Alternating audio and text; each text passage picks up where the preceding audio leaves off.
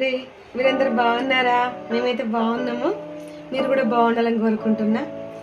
నేను ఈరోజు చేసే రెసిపీ ఏంటంటే బనానా మిల్క్ షేక్ చేస్తున్నా. ఇందులో కావాల్సిన పదార్థాలు ఏంటి అంటే ఒక 5 బనానాలు తీసుకున్నా, ఖర్జూర తీసుకున్నా, పచ్చి ఖర్జూర, ఒక ½ లీటర్ పాలు తీసుకున్నా. మళ్ళీ ఇది ఎట్లా అంటే నేను షుగర్ యాడ్ చేయనండి, దీంతో చేస్తా.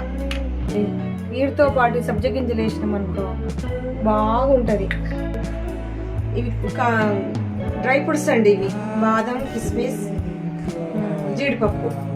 ఇవి దాని మిల్క్ మీద వేయాలి, బాగుంటుంది అట్లా.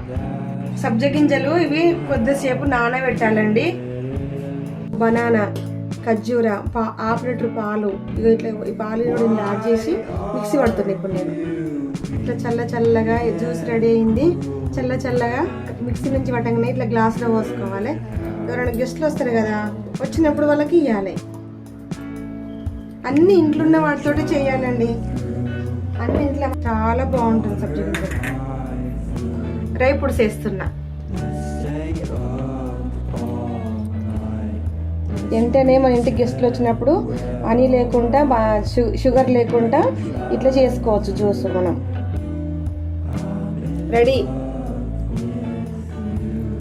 చూడండి ఇట్లా ఉంటుంది. నేను తాగుతున్నా చూడండి.